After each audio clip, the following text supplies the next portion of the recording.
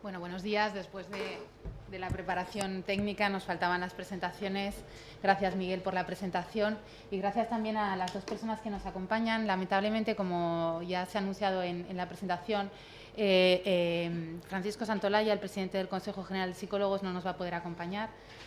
La verdad es que su perspectiva era muy importante porque sois todos estudiantes de psicología y yo creo que esperáis conocer un poco qué es lo que se está llevando a cabo en los colegios de psicólogos, pero vamos a tratar de suplir pues con la directora del COIE, del Centro de Orientación, Información y Empleo de la UNED, que yo creo que en este momento es quien más puede saber de empleabilidad, probablemente también de emprendimiento en la casa, y con Richard Meri, que es un investigador de la Cátedra UNESCO de Política y Gestión Universitaria, y que además es un ejemplo de empleabilidad porque es uno de nuestros estudiantes, es estudiante del Máster de Investigación de Psicología, acaba de terminar su trabajo fin de máster. Entonces tenemos las dos perspectivas, nos va a aportar su conocimiento y su experiencia y también yo creo que es un ejemplo que os puede servir de qué es empleabilidad en psicología. Damos paso ahora a Richard. Vamos a pedirle a Richard. Vale. Bueno, estoy segura de que vamos a sacrificar los minutos de café por los temas tan interesantes que están compartiendo con nosotros tanto Nuria como Richard. Bueno, buenos días en primer lugar. Quiero agradecer a la Psicofundación y a la Facultad de Psicología, en primer lugar, por organizar estas jornadas y, en segundo lugar, por invitarme, además porque creo que es un foro, se genera un foro de debate y de reflexión, de ideas, que es vital en general y más especialmente cuando estamos en un contexto de dificultad económica, ¿no?, con dificultad en encontrar trabajo y demás.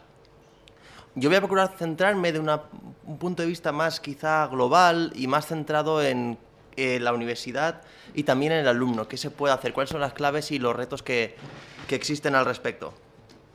Y bien, voy a procurar también hacer un pequeño contexto, muy brevemente, porque además se ha explicado mucho mejor de lo que yo puedo hacer, sobre empleabilidad. Lanzo simplemente dos definiciones de las muchas que hay.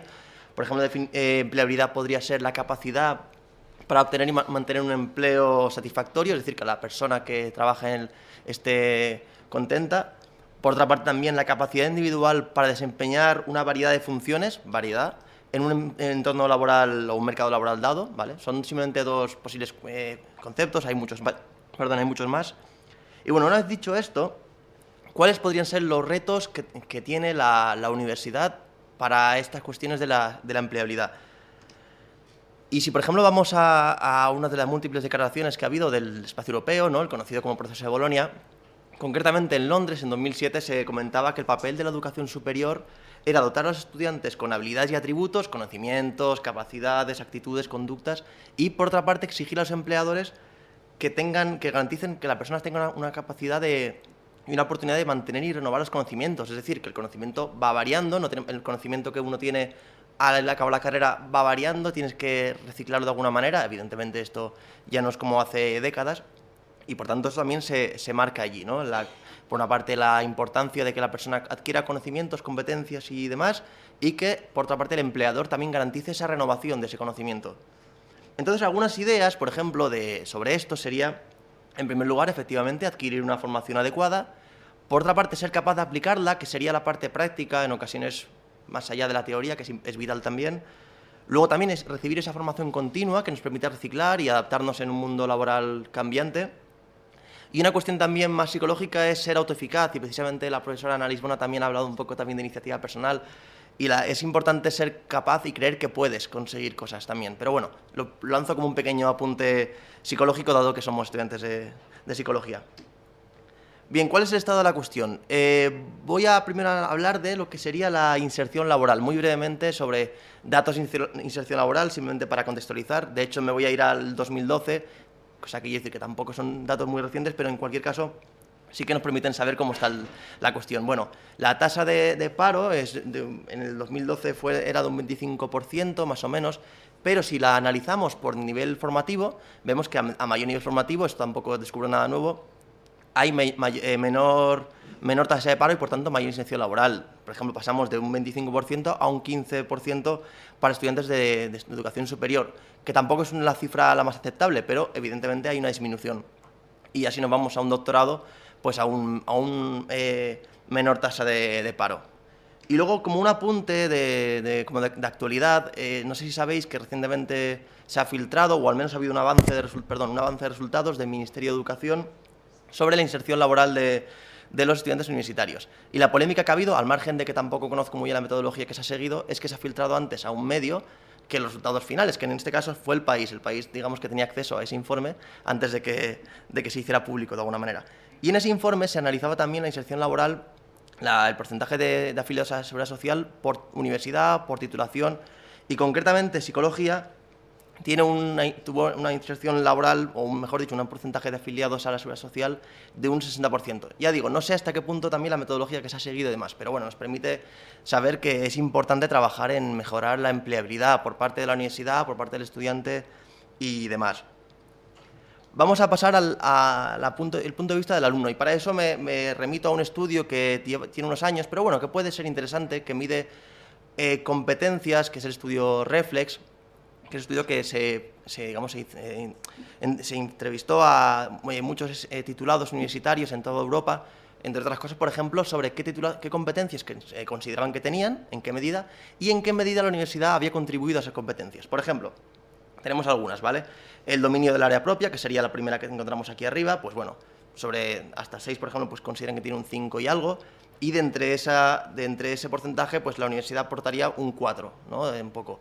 O, por ejemplo, otras cuestiones también, si vamos al típico tópico de España, hablar idiomas extranjeros, ya baja un poco el nivel, y la contribución de la universidad es menor. Bueno, son cuestiones, por ejemplo. Otra cuestión importante, trabajo en equipo, el uso efectivo del tiempo, negociar eficazmente, cuestionar ideas propias ajenas. Bueno, en definitiva, era un cuestionario que hablaba un poco de esto. Otra cuestión, vamos a pasar a la universidad, es qué formas de enseñanza se dan en la universidad, y precisamente se utiliza también datos de ese mismo estudio. Se preguntó a los estudiantes qué formas de enseñanza, de una lista que había, eran las más frecuentes en su experiencia en la universidad. Y evidentemente las más frecuentes fueran el tema de teorías, conceptos, paradigmas, también el profesor como una principal fuente de información. Y ya a un nivel inferior encontraríamos la parte de conocimientos prácticos o el aprendizaje basado en problemas, exposiciones orales, bueno, hasta llegar, por ejemplo, a prácticas de empresa, que es un 6%, ¿no?, de la experiencia. En definitiva, veríamos un poco esa cuestión. Ahora vamos a cruzar lo que hemos visto antes, competencias y formas de enseñanza. Es decir, qué formas de enseñanza correlacionan significativamente con qué competencias, qué garantizan qué competencias. Y para eso acudo a un estudio que hizo el profesor José Ginés Mora en 2011, en el que, como podéis ver, aquí tenéis una tabla. En la parte de arriba tenemos las formas de enseñanza y en la parte de izquierda tenemos las competencias. Lo que está en rojo significa que correlaciona significativamente. Esto es, que esa forma de enseñanza garantiza esas competencias. Por ejemplo, resulta curioso, ¿vale? En el informe se comentaba que las pruebas objetivas no correlacionan con ninguna competencia de las aquí marcadas, porque son competencias, si os fijáis, transversales, no son competencias, evidentemente, centrales de la titulación. Pero bueno, resulta curioso, ¿no? El aprendizaje basado en problemas era una forma de enseñanza que decían los estudiantes que en un 33% más o menos se producía, y que sin embargo correlaciona con todas las competencias que aparecen en ese informe. Simplemente digo esto como un contexto, para que nos situemos un poco en el marco en el que estamos.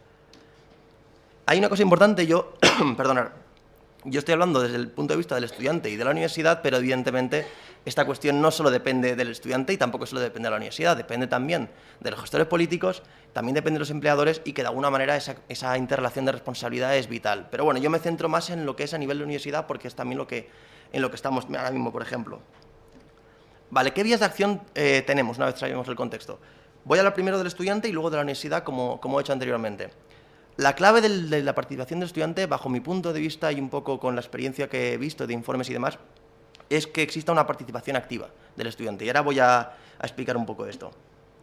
Aquí os pongo una breve tabla, autocreada, que incluye dos cuestiones. Por una parte, los ámbitos de participación, el ámbito académico, que podría referirse evidentemente a la titulación, ¿no?, a superación de la titulación, trabajos, todo lo que se refiere a los propios estudios.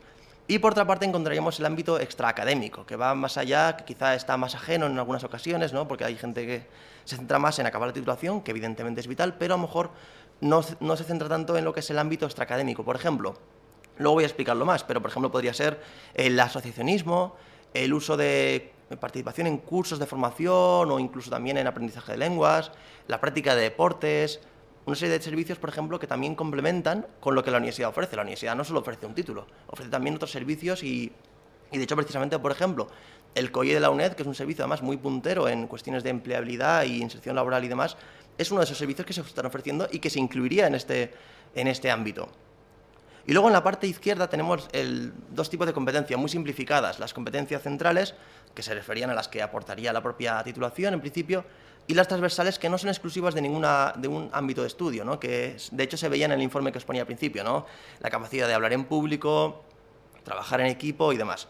Entonces, ¿de qué manera se refuerzan qué competencias en según qué ámbitos? Pues generalmente las competencias centrales se potencian en mayor medida en el ámbito académico, evidentemente, y en menor medida, pero también es posible, en el ámbito extraacadémico. Suponed, por ejemplo, participar en un curso de formación sobre psicología, que no es parte de vuestro plan de estudios, pero sin embargo sí lo ofrece la universidad. Entonces, por eso pongo también que uno tiene más 2 tics y el otro tiene un tic, ¿no? Y luego, en cuanto a las competencias transversales, el ámbito académico también garantiza competencias transversales. Evidentemente, todo el mundo hemos tenido que trabajar en equipo, que incluso también hacer exposiciones orales, ser flexibles con el tiempo, gestionarlo, pero quizá se puede también potenciar en mayor medida en el ámbito extraacadémico, o al menos complementarse con el ámbito extraacadémico, y ahora explicaré por qué. ¿En qué se puede participar? Y por recordar un poco lo que he comentado, en el asociacionismo, en deportes y actividades socioculturales, tampoco estoy descubriendo nada nuevo, pero sí que quiero remarcarlo. También en la representación estudiantil, ¿no? Que es otra forma de participación, o por ejemplo, aprendizaje de lenguas, cursos, etc. Claro, es importante también tener en cuenta todo esto, porque también son vías que muchas veces mucha gente dice, pues que yo tampoco, o no sabía si existían, o si existían tampoco me interesaba mucho, pero ahora veremos el por qué es importante participar en este ámbito. Creo que es importante porque además te garantiza una formación, como ya digo, que se complementa con lo que tú aprendes en la titulación. Y os pongo un ejemplo. Yo estuve en la Universitat Jaume I, ¿vale?, de Castellón, y en ella, aparte de hacer psicología, evidentemente, también estuve metido en el consejo de estudiantes de allí, fui presidente del consejo, tal. Evidentemente me implicó un tiempo, es decir, no fue gratis, me requirió un tiempo, pero aprendí una serie de competencias que nunca hubiera aprendido con la carrera. Porque era imposible. Por ejemplo, si yo quería aprender a trabajar en equipo, lo iba a hacer en la carrera, pero también lo iba a hacer estando en el consejo de estudiantes. Hablar en público, cuando estamos en la carrera, ¿con quién hablamos en público? Con los compañeros de clase que conocemos desde el primer curso. Sin embargo, cuando estás a lo mejor en otros ámbitos, que no digo solo que sean representación estudiantil, también nos valdría asociacionismo, por ejemplo, pues hablas con gente a lo mejor que no conoces de nada, 100 personas, 200 personas también, o por ejemplo, gestión presupuestaria también. Pues la gestión presupuestaria de un estudiante corriente, digamos, entre comillas, era suya propia. Cuando estás en un órgano de gestión, o por ejemplo en una asociación, ahí incluyen un órgano, o sea, un presupuesto a lo mejor de miles de euros incluso. Entonces tienen más responsabilidad, es un mayor reto, pero también es una mayor responsabilidad y por tanto una mayor capacidad de aprender. Y además porque una cosa importante es que todo el mundo que acaba la carrera lo hace con un título, pero no todo el mundo lo hace con otras competencias que se adquieren y que la universidad está ofreciendo. O sea, no estoy diciendo nada que no exista, todo esto existe, será mejor o peor en algunas universidades, pero existen estos servicios y estas opciones. La cuestión es querer aprovecharlas también. El estado actual, evidentemente, de esto, porque claro, esto es muy bonito, pero luego realmente lo que sucede es que mucha gente no participa en todas estas cuestiones que ofrece la universidad, ¿no? Y que además muchas veces son de forma gratuita, por supuesto, y otras cuestiones pues a lo mejor con un precio muy económico. Pero se participa. ¿Y por qué? Lanzo algunas posibles causas. En primer lugar, el poco tiempo, ¿no? Que se dice, es que tengo poco tiempo también. Y es verdad que en ocasiones sí que sucede que hay poco tiempo, porque, por ejemplo, sobre todo en perfiles como el de la UNED, que quizá también son personas que a lo mejor pueden ser incluso padres o madres de familia, o incluso también tener otro trabajo y compaginarlo, pues evidentemente hay una justificación. Pero muchas veces también el tema es saber ajustar los horarios, también planificarse. Evidentemente es una carga, no puedes pretender que haciendo algo más aparte de la carrera vas a tener el mismo tiempo, no. Vas a tener menos tiempo, pero ese tiempo es invertido. Entonces es cuestión de sopesar. Precisamente el sopesar también incluye ver si realmente eso te va a compensar. Y en ocasiones es verdad que la gente dice, vale, yo participo en estas cosas, pero es que luego no hay reconocimiento. Luego solo se me queda a mí personalmente mi aprendizaje, que está muy bien, pero no aparece en ninguna parte que yo he participado en asociaciones, que he organizado cursos, que he organizado... Bueno, en ciertos aspectos sí que es verdad, y es un reto a lo mejor que tiene la universidad, pero bueno, aún así, también el aprendizaje personal también es vital. Incluso tenemos que trabajar en que se reconozca mejor eso, ¿eh? Reconocer no me refiero a dar un crédito, que está muy bien, me refiero a que aparezca de alguna manera esas competencias que tú estás adquiriendo adquiriendo porque realmente las estás adquiriendo. Otra cuestión importante es la formación. A lo mejor uno dice, ostras, meterme en una asociación, yo es que no sé ni cómo se gestiona una asociación, ni cómo se organizan actos, no me viene grande realmente. Pero bueno, para eso también hay servicios de orientación, de acogida también, que pueden ayudar a esto y que realmente hay que buscarlos. O de una forma un poco más informal, pues gente que esté en una asociación o gente que esté en un órgano de representación, por ejemplo, te puede ayudar. Eso se aprende así. O sea, no puedes pretender llegar y saberlo todo, tienes que ir aprendiendo. Y otra cosa importante que creo que también es la información. Porque uno dice, hombre, yo es que de este curso o de esta cuestión, si lo hubiera sabido, hubiera ido. Claro, y uno dice, hombre, pero realmente uno puede preguntar, ¿pero se da información sobre lo que se hace en la universidad? Yo creo que sí que se da mucha información. El problema es que se da mucha información. De hecho, el caso, por ejemplo, en la Llame Primer de Castellón, mucha gente cuando veía el webmail de la universidad directamente veía un poco el asunto y si no le interesaba es que ni lo abría. Hay muchos mails que se han quedado sin abrir directamente a la papelera. ¿Por qué? Porque a lo mejor pensaban que no les iba a ser interesante, entonces directamente los borraban. De ahí que a veces, cuando es un curso que se da un crédito, en el asunto, en vez de poner, ya no ponen el título del curso, a lo mejor ponen que se da un crédito de libre configuración, y luego ya si entras ya ves de qué es, por qué dan ese crédito. Entonces es verdad que a veces está ese problema de que la gente a lo mejor piensa que no va a ser interesante y por otra parte que en ocasiones hay mucha información sobre estas cuestiones. Entonces, bueno, el tema de mejorar los canales también es otra vía, pero eso ya hablaré después. Y en ocasiones también sucede que hay universidades que no fomentan la participación de los estudiantes más allá de asistir a clase. Y cuando digo participación digo esto, digo participar en asociaciones, en representación, en cursos, charlas, quizá porque no hay una oferta suficientemente atractiva, quizá porque a lo mejor no se compatibiliza con otras cuestiones también de vida extraacadémica y por tanto eso influye en que no haya tanta participación. Voy a recoger el agua, no sé cuál es el número. Sí, creo que es. Sí, gracias.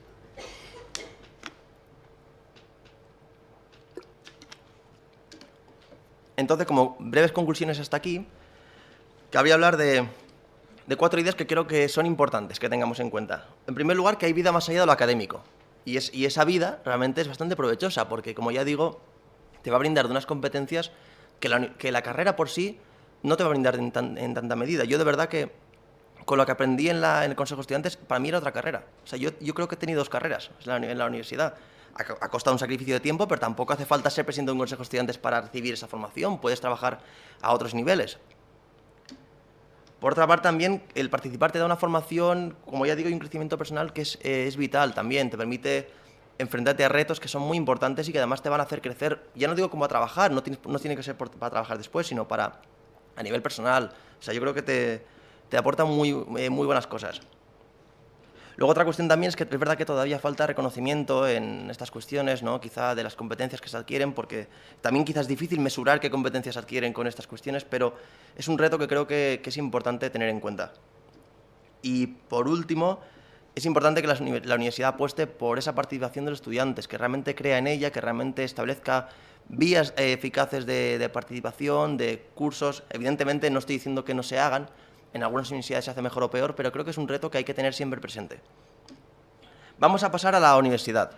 ¿Qué debe hacer la universidad como institución? Porque la universidad somos todos, pero yo me refiero a los gestores universitarios. Y yo creo que aquí la clave es la educación activa. Igual que en el estudiante era la participación activa, en este caso es la educación activa. Y para ello lanzo algunos posibles objetivos al respecto, que sería, por ejemplo, establecer un modelo educativo, o sea, un plan estratégico de la universidad que realmente se centre en el estudiante, que crea que el estudiante es el centro, digamos, la clave, digamos, el ser de la universidad, que también le haga corresponsable de su aprendizaje, también de la gestión del funcionamiento de la universidad. No, o sea, es decir, la universidad no es un restaurante en el que tus opciones son decidir qué plato vas a coger o seguir o no. Tú eres parte de la universidad y también la estás creando, también puedes participar en ella. Entonces creo que hacer un modelo estratégico que realmente crea en el estudiante es vital. Luego otras cuestiones un poco así más generales sería el fomento de competencias, ¿no? Reforzar competencias centrales y también transversales en la titulación, incluso también en cursos también de formación. Luego el tema del emprendedurismo, que además se ha comentado que es importante. El objetivo no debería ser que todos fueran emprendedores, aunque sin embargo, si todo el mundo tuviera esas capacidades, sería muy provechoso para la sociedad, porque te aportan unas competencias que son vitales en general, aunque seas o no emprendedor. Pero bueno, lo que quiero decir es que es importante trabajar en estas otras competencias. Otra cuestión importante es el fomento de prácticas extracurriculares de calidad. Además, quiero decir que sean prácticas que realmente, como comentaba también Nuria, que realmente supongan un aprovechamiento para el estudiante, que realmente sean prácticas no laborales, sino formativas, y que la universidad también haga un seguimiento de si realmente esas empresas que están ofertando esas prácticas están cumpliendo también con el contrato, con el objetivo. Y una cosa que creo que es vital es que la universidad haga un seguimiento de sus estudiantes, tanto antes, que de hecho lo ha comentado también Nuria, antes, durante y después. Es decir, el estudiante tiene que ser orientado antes de llegar a la universidad. Mucha gente, a lo mejor, quizá psicología es una carrera muy vocacional, quizá la gente que suele hacer psicología suele tener más vocación y ya sabe más o menos lo que va a hacer, pero en cualquier caso la universidad tiene que entrar en los institutos también, coordinarse, que de hecho hay algunos casos, pero todavía falta, y realmente orientar a estudiantes y decir, bueno, ¿hacia dónde quieres, a qué quieres dedicarte? ¿Qué te gusta? ¿Qué tal? O sea, hacer un seguimiento realmente real. Y lo digo porque, por ejemplo, esto ha mejorado con los años, pero aún falta. Pero es que, por ejemplo, hace años, yo cuando fui a la orientadora de mi instituto, le pregunté un poco si me podría asesorar y tal, y lo que hizo fue darme una máquina, o sea, unos folletos. Claro, digo yo, para eso no veo la función que tiene esa psicopedagoga si lo único que hace es darme folletos. Entonces es importante también eso, la orientación previa. ¿Por qué? Porque además, cuando el estudiante llega, si no ha habido una orientación adecuada, él puede a lo mejor tener un contraste entre lo que esperaba y lo que sucede. Y eso puede producir un abandono. De hecho, en el primer y segundo año es cuando más abandono se produce. Y cuando llega a la universidad también es el periodo crítico para orientarle. Cuando llegas tienes que adaptarte, ¿no? Es un entorno nuevo, las metodologías quizás son diferentes y por tanto la universidad tiene ahí un papel vital. Y también después de la universidad, o sea, el estudiante también es responsabilidad de la universidad. En este caso sería ya un titulado, porque también es difícil salir al mercado laboral y no saber muy bien hacia dónde orientarte, qué vías de acción tienes, y la universidad ahí tiene también un papel importante, y que la universidad además tiene que saber qué están haciendo sus titulados, porque eso permite saber precisamente qué se puede mejorar para que los siguientes titulados puedan salir con una mayor perspectiva laboral, por ejemplo. Entonces, creo que es un tema bastante importante, ¿no?, al respecto. Y como posibles líneas de acción, voy a procurar ajustarme, como posibles líneas de acción, volver a enlazar con el último objetivo, ¿no?, la importancia de una orientación y un asesoramiento previo, durante y posteriormente, qué estudiar, cómo organizarse también, qué orientaciones elegir, qué intensificaciones elegir, si la tiene la titulación. Luego también cómo abrirse en el mundo laboral, la formación permanente, que hablamos de ella como un objetivo que se planteaba. Y ejemplos que está viendo además son ejemplos de mentoría, ¿no?, entre estudiantes de últimos cursos que ayudan a estudiantes de primeros cursos, una orientación previa y demás. Otra cuestión también es mejorar o trabajar en la oferta académica y extraacadémica de calidad, ¿no?, que realmente sea atractiva y además que se mejoren los canales de información. Muchas veces hay muchas actividades que se hacen pero no llegan porque a lo mejor hay mucha información, como ya decía. Entonces, está claro que hay que mejorar también esas cuestiones. También la formación, también el autoempleo, ¿no?, como ya decía, el emprendedurismo creo que aporta muchos valores positivos y que no es para que todo el mundo sea emprendedor, pero sí que realmente es importante que todo el mundo tenga capacidades también para poder serlo, al menos. Otra cuestión, por ejemplo, también que haya una mayor práctica y también una mayor coordinación de asignaturas. En ocasiones pensamos que tenemos mucho contenido teórico, pero luego no sabemos aplicarlo. Y además también lo que sucede en ocasiones es que tienes como muchas asignaturas, pero luego no sabes conectarlas entre ellas. O sea, a mí me pasó con psicología, por ejemplo. Aprendí muchas cosas, pero luego, por ejemplo, no sabía cómo aglutinar toda la formación un poco. Como que me sentía a veces con contenido inconexo. Entonces, que es verdad que creo que es importante trabajar en ello. Y como retos futuros encontraríamos, en primer lugar, que se fomente una cultura de participación en el ámbito académico y también extraacadémico, ¿no?, una mayor oferta atractiva, mejorar los canales de difusión, promocionar e incentivar esa participación también. Luego también importante mejorar los sistemas de acompañamiento y acogida, ¿no?, también la formación continua, esto ya lo he comentado antes. Apostar también por formas de enseñanza complementarias. Claro, el problema es que aquí, por ejemplo, existen profesores que tienen resistencias. Dicen, yo tengo una forma de enseñar y a mí no me va a venir Bolonia o lo que sea a decirme cómo tengo que dar la clase. Entonces, el problema también ahí es un problema que existe, ¿no?, en algunos profesores.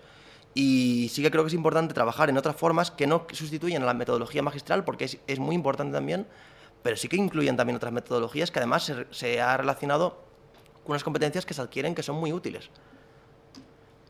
Y otra cuestión también es mejorar la coordinación de contenidos entre asignaturas. En ocasiones sucede, yo también no puedo generalizar, pero sí que es verdad que a veces sucede, ¿no?, que no hay mucha coordinación entre algunas asignaturas, y entonces la experiencia del estudiante es que está dando como nichos diferentes de contenido, en ocasiones. También, al menos ya digo, no es una cosa generalizada, pero sí que sucede. Y otra cuestión también es el trabajar el mayor contenido práctico, que realmente la parte práctica de las asignaturas, por ejemplo, sea aplicada y que no sientas que estás haciendo una teoría con un par de problemas también, que no sea algo que no veas suficientemente útil. Y ya para finalizar, las conclusiones.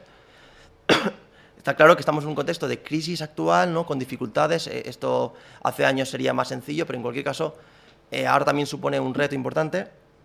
Y también que estamos en un mundo cambiante, que además busca la polivalencia. No vale solo con estar haciendo una cosa. Y os pongo un ejemplo muy breve. Yo acabé la carrera, empecé estudiando el PIR, ¿vale? Me quedé cerca del 200 poco, 2 años, y al tercer año me surgió una cuestión, el trabajo en el que estoy, que es sobre consultoría en temas de política universitaria, y me fui allí. O sea, pasé de hacer el PIR, de parte clínica, a hacer una parte de consultoría y centrarme más en psicología social, que también me gustaba mucho. O sea, es decir, me ha tocado también un poco hacerlo así, aunque también disfruto con esto, ¿no? Para mí no es una frustración estar lo que estoy haciendo ahora, me gusta también. Otra cuestión importante es que la universidad ofrece por sí muchas posibilidades de enriquecimiento profesional y personal, que no solo son cursos, son también asociaciones, son también servicios, como por ejemplo de orientación, que existen ya, que no hay que crearlos, están allí, lo que pasa que falta que también los utilicéis. Y luego también ha habido bastante avance en estas cuestiones de acogida y tal, pero todavía, bueno, pues falta por hacer en algunas universidades. Yo sí que me consta que la UNED sí que es bastante puntera en esto, pero no es un caso generalizado. En algunas universidades falta todavía quizá más al respecto. Y por último, para finalizar, creo que este reto debe ser corresponsabilidad del estudiante, pero también del profesorado, también de los gestores, también de los empleadores, porque es imposible que se le atribuya solo la responsabilidad a uno de los sectores o incluso a dos. Tienen que ser cuestión de todos los sectores implicados. Y por mi parte, pues nada más. Muchas gracias.